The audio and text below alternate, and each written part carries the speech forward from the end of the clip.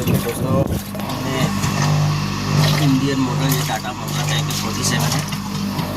इस कल में अगर कोई चापाकल नहीं चलता तो इस कल से आप पानी निकाल सकते हैं। तो सो गाइस हम इस तरीके से पानी निकाल रहे हैं।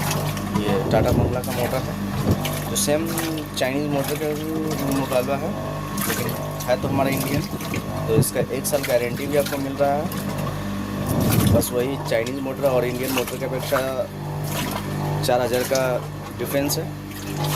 तो आपको सो गाइस आपको खुद चॉइस करना है कि हमको इंडियन लगाना है या चाइनीज़ लगाना है।